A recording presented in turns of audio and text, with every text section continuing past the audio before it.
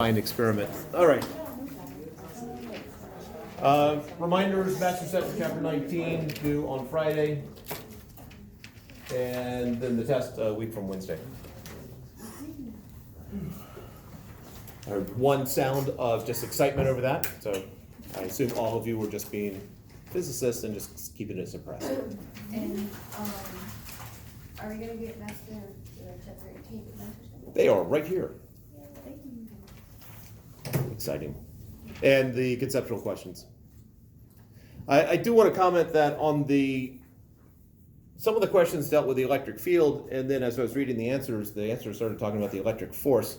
Now they are related, but electric field and electric force are not interchangeable. Even though force and field start with the same word, or start with the same letter, probably. You need to keep that in mind. That was probably the thing that stands out the most as the most common mistake, is not actually answering the question. Any questions before we start talking about just some quick stuff from chapter 19?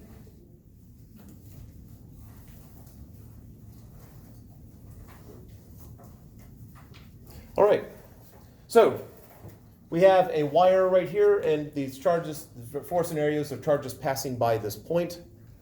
And the question is, which produces the biggest current? If they pass by every second. So take a moment to think about the answers. So this is 3 protons to the right, 2 electrons to the left, 3 protons to the left, 2 protons to the right, 2 electrons to the left, 2 electrons to the right.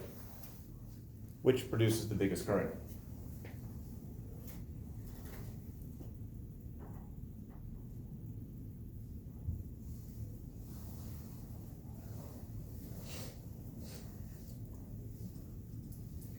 And now people have thought, and in unison, everyone's going to say the correct answer. Oh, this is going to be crazy if this works. Let's try it. All right, have an answer in your head. The correct answer is in 3, 2, 1, go. A. I think people said A. I'm going to assume that was it. It was just sort of a sound. So the big thing here is recognizing that negative charges moving to the left is the equivalent of a positive charge moving to the right. So this would be the equivalent of 5 positive charges to the right, or 5 negative charges to the left. This is just 3 charges moving. This would be 4 positive charges to the right, and, well, 2 negative charges to the left. That indeed is the largest. So what is the current?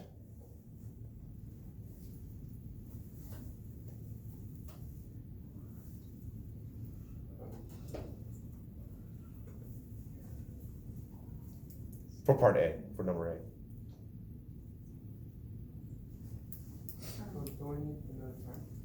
Excuse me? Up here I wrote each second. Are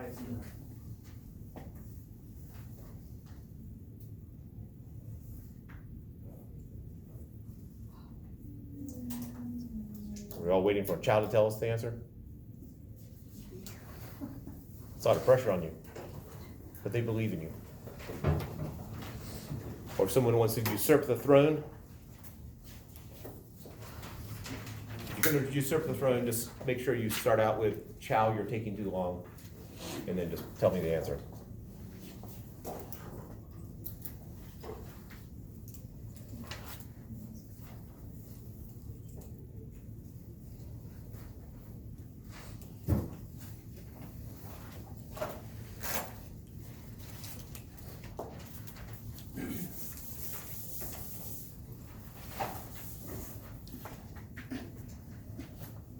Would it be 8 times 10 to negative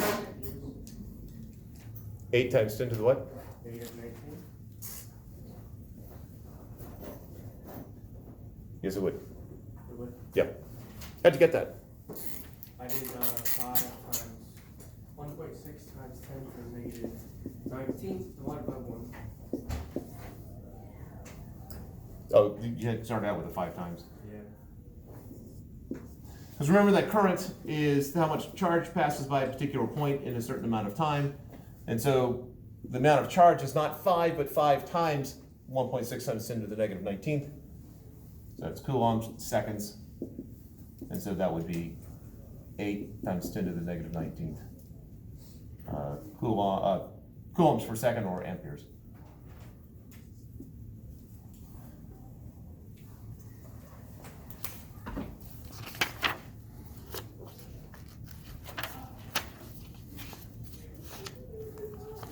So we did Ohm's law. Yeah, we finished 19. So that's right, we were going to talk about the quiz. I would like to do the quiz on the 21st, but that just might be a little bit too ambitious because you have the test on the 19th. So what I'm thinking right now is there's a good chance we'll do the quiz on 19 and 20 on the same day. But I'm figuring the quiz on chapter 19 on the February 24th. Unless someone has a counter proposal. Was 19 we just did?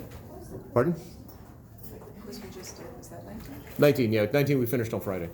Right. Oh, Oh, sorry, no, 20. I apologize. Yeah, you just did the quiz for chapter 19 as some people were claiming that was true. 19, 20, it's like a misspelling. All right. The quiz for chapter 20 and 21, I'm thinking right now probably will be on the same day, but what I'm thinking is the quiz for chapter 20 on February 24th, and then we'll see where we finish 21, but unless someone has a counter proposal. Now I'm back on track.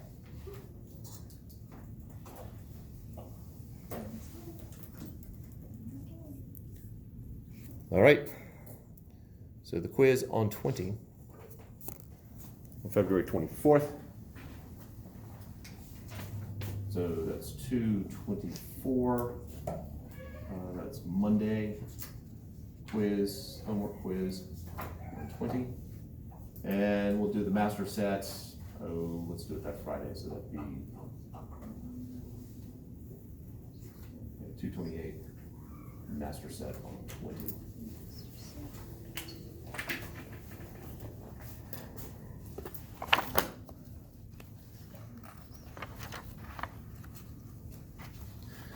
The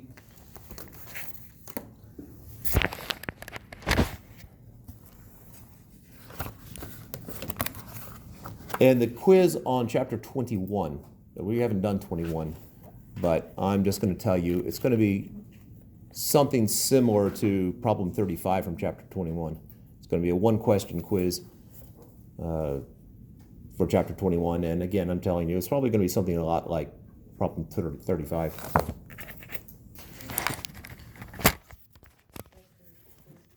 Yeah, for 21. Matter of fact, I'm going to tell you that the last question on that test, the test 1B, so not the one that's next Wednesday of next week, but test 1B will be something very much like problem 35.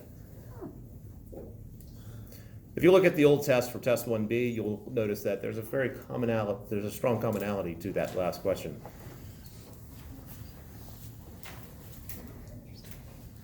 All right, what I'm about to take you through is an exciting world of math and physics. We are going to, because the problem 21, the essence of the problem, the essence of chapter 21 is being able to solve some more complex circuit diagrams. Now we did some simple ones last week where we just had a resistor or two resistors, or we could take the resistors and reduce it down to a single resistor. And that works fine for those cases. However, if we have more than one power supply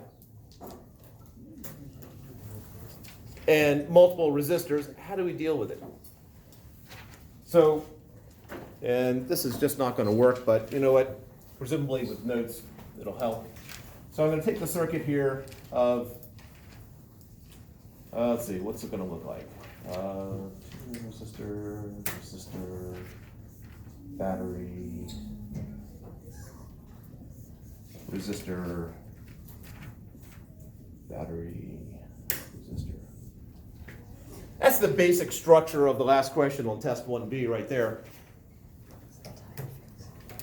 I got 3 batteries, I got 4 resistors, and what we generally try to find in each of these is what is the current flowing through each wire, or what is the current flowing across each resistor. Let's do some numbers here. 5 volts, 2 volts, 6 volts, 1 ohm, 3 ohm, 7 ohm, 10 ohm.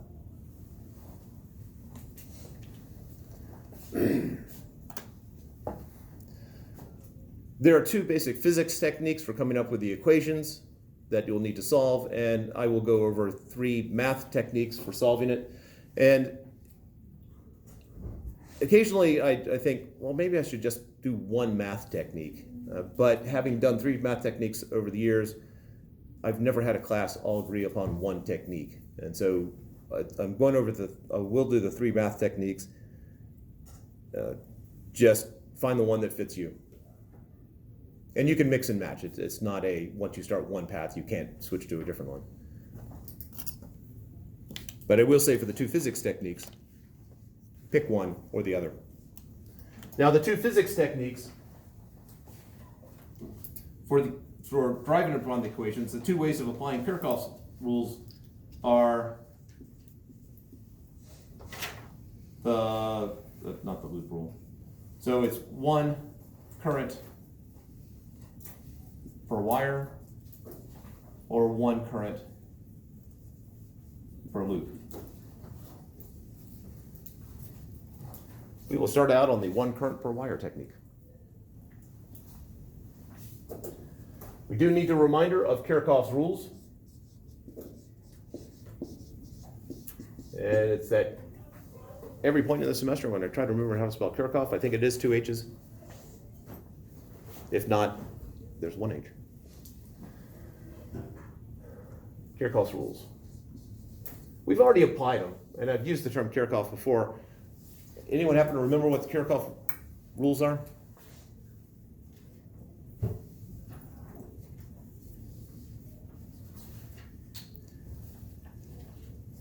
If I start in a single point in a circuit and I end up back where I started, what's the total change in potential from?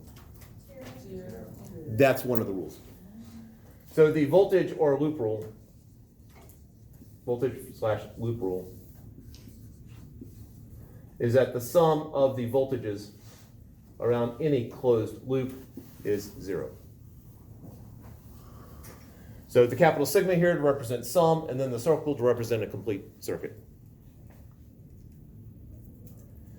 The other one we actually applied, although I didn't call it that. It is called the current rule, or the junction rule. So current/junction rule.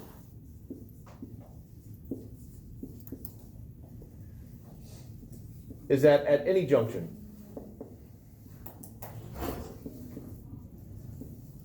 the current in equals the current out.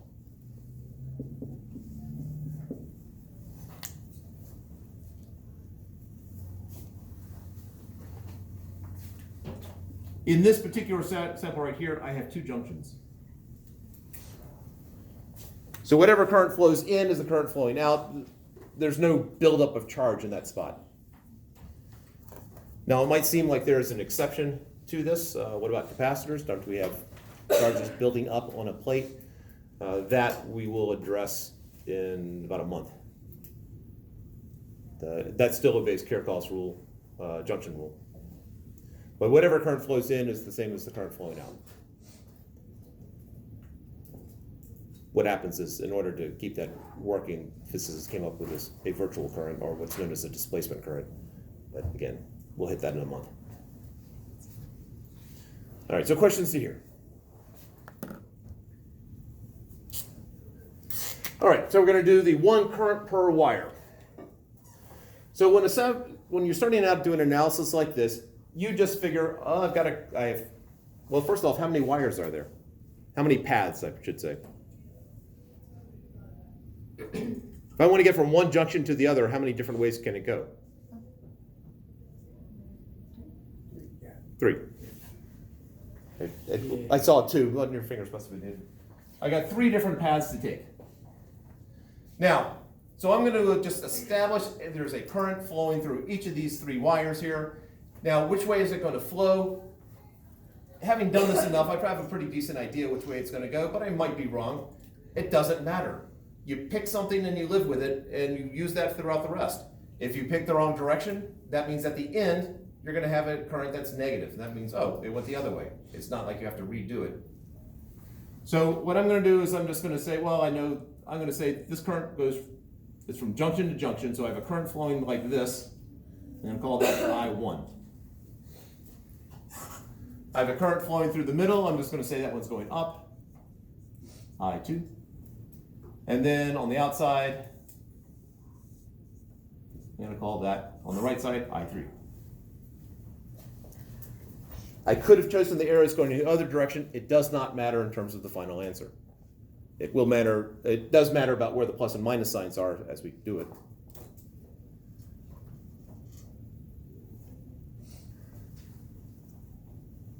So step 1, establish your currents. This is the 1 current per wire. And I say wire, but probably path is better there. 1 current per path.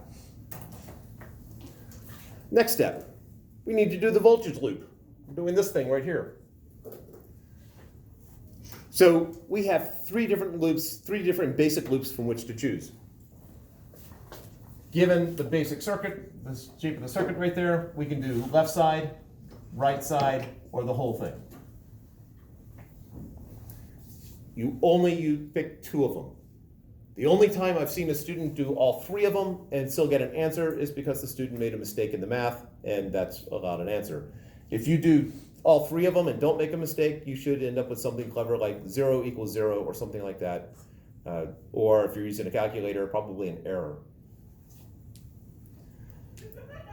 Now, it does not matter which 2 of the 3 you pick. I'm going to just do the left one to start out with. So for my left loop, I now have to pick a starting point. Personally, I like to pick a starting point just before a battery and then go in the direction that it's going there, just because I like the first number in my equation to be positive. So I'm going to pick this spot right here, and I am going to do my loop. Just so you differentiate the color here. I have this loop right here, and I'm going to do my loop like that. This green here is my voltage loop. It does not have to be in the same direction as my currents. You have a lot of freedom of choice here, which is great and also a pain.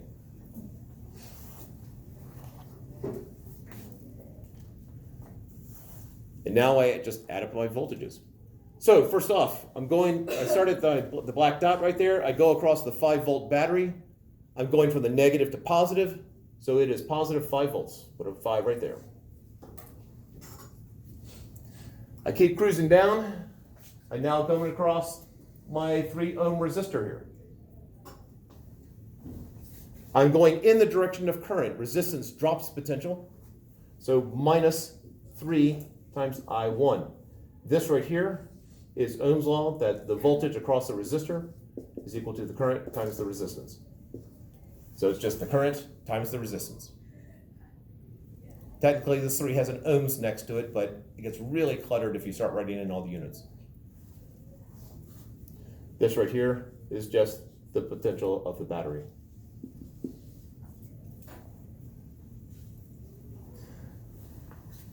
So I've gone across the 5 volts, so I gain 5 volts there. I lose 3 times I1 going across here. I'm going to gain voltage going across this 2 volt plus 2. I'm now going across the 7 ohm resistor right here. Well, the current here is I2. minus 7I2. And then I go across the 1 ohm resistor at the top, minus 1I1. And then I'm back to where I started, equals 0. This is the first equation. Wait, why is it minus I2? The minus 7I2. Yeah. Because the black lines here mark the direction I just said. Let's just pretend the current's going in that direction, and I'm going with the current across the resistor, so I lose. Understand. Janice. The minus 1I, where is that coming from? The minus 1I1, Yeah. that's going across this one right here. So I Oh, gain okay, so 5, I for that lose loop. here, gain, lose, and then lose again. Okay.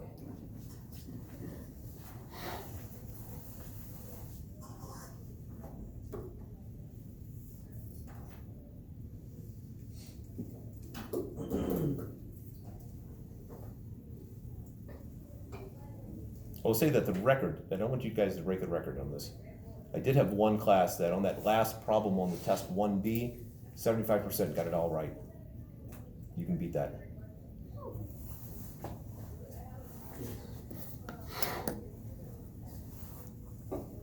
All right. How many unknowns do we have over here?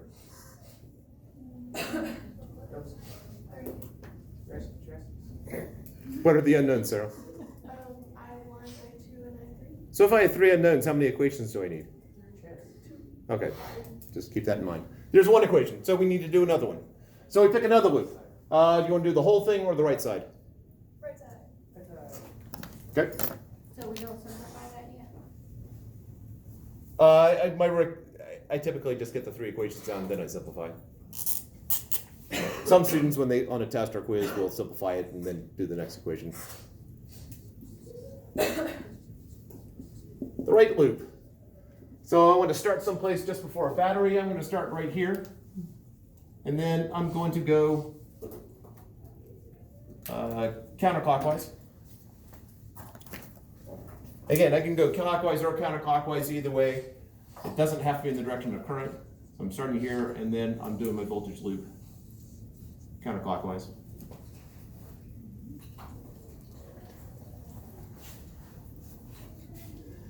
All right. So anyone want to take a shot at the equation here? All right. Minus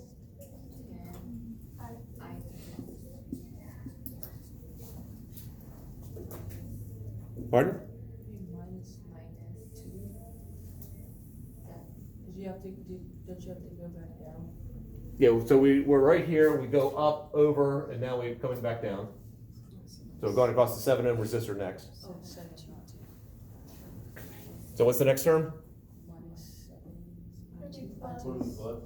It will be plus. Because we're going against Oh, the because you're current going across against the the- resistors. Hold on. What? So we're going down.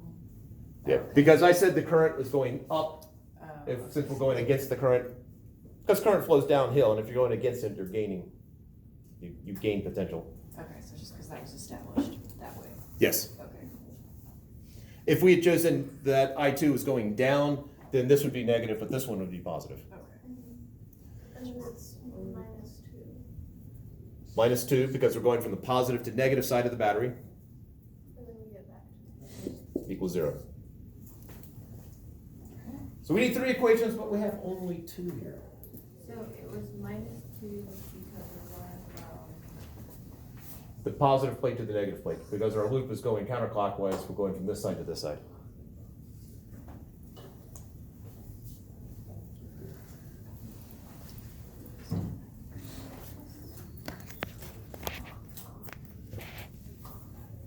And the third equation is not the whole loop.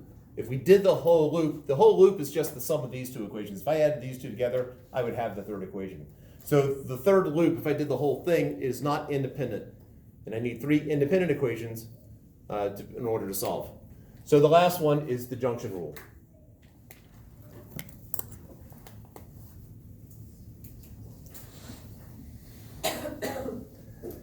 And so, top junction or bottom junction? All right, It does not matter which one you pick, top is fine. So what are the currents flowing into it? I2 and I3. Yep, those are the two I said flowing into it. So I2 plus I3. And what's flowing out? So we now have 3 equations, 3 unknowns. It is now a math problem.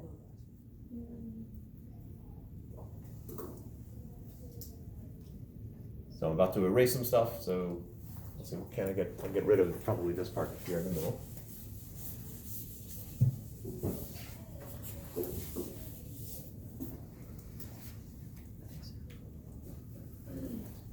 And now we simplify. So I have 10, or if I do math correctly, 7 minus 3i1 minus 4i1 minus 7i2 equals 0. And the next one, I have 4 plus 7i2 minus 10i3 equals 0.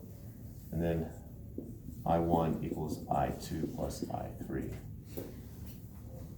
Just double check. There are so many places to make a mistake. I'm feeling reasonably comfortable with this. And recognize why I can't get 100% is one minus sign in the wrong spot and everything changes. And it's a lot of fun for me too when I see the answers aren't the right answers, and now I have to go through trying to figure out where the tiny little mistake was. Because by the time we get there, it'll be a tiny mistake. It won't be a massive misunderstanding.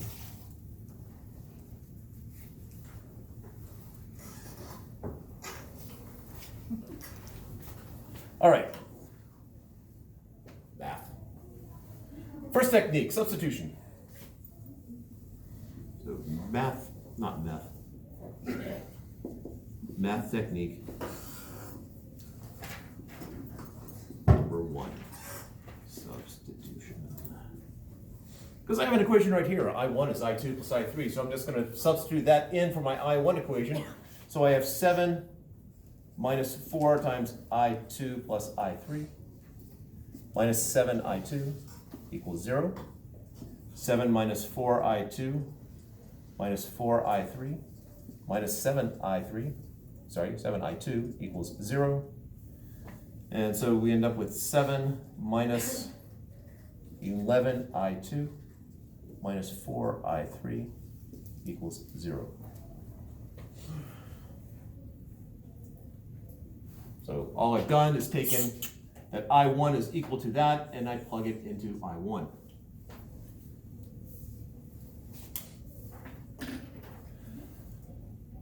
At this point, I'm going to solve for I3. So 7 minus 11 I2 is equal to 4 I3. And so I3 equals 7/4 minus 11/4 I2.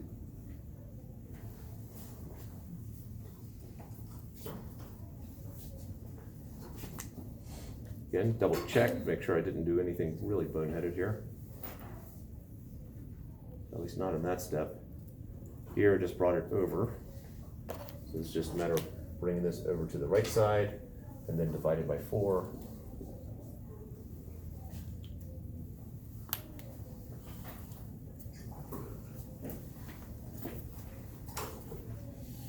And we don't need these anymore because we've regrouped it over there.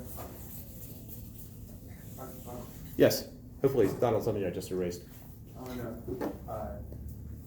it's a little bit too low for people to see. The last bit. You're good to hear? Yeah. All right.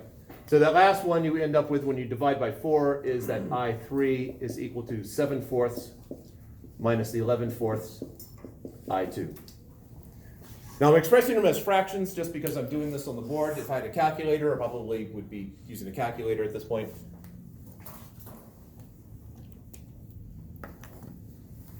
Now I have a value for I3. I plug into the equation I haven't used yet.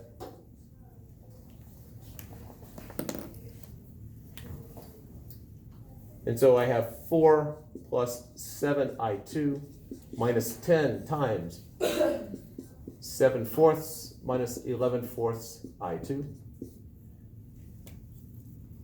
equals 0.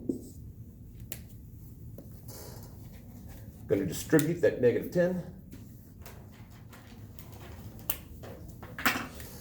And so I have 4 plus 7I2 minus, let's see, that goes in 2.5 times, so 7 times 2.5 is 14, so minus 17.5 plus, so 2.5 times 11, that's 22 plus 5.5, so 27.5 I2 equals 0.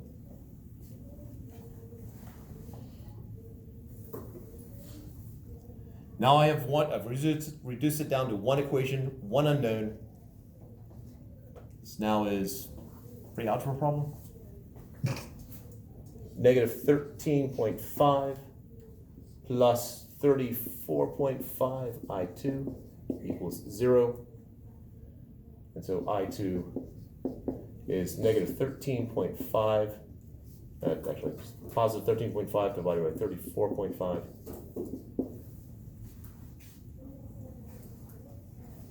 Whatever that is. What's 135, 345ths? That's it. I had 0.39. Give me another decimal place, or is it 0.391? Okay. Units? Amperes. Yes. So I'm going to put over here. I2 is 0.391 amperes. The fact that it's positive, assuming we have not made a mistake, the fact that it's positive tells us we guessed correctly the direction that I2 is going to flow. And again, if it's come out negative, no need to panic. It just means it's the other way. You do not have to redo it. Unlike when we were dealing with friction problems in the first semester course, where if you ended up with a negative acceleration, sometimes that meant, oh, I guess it's kinetic friction, or something along those lines, and therefore it's not going to happen. Or do you have to redo it? All right, so now we have I2, so I3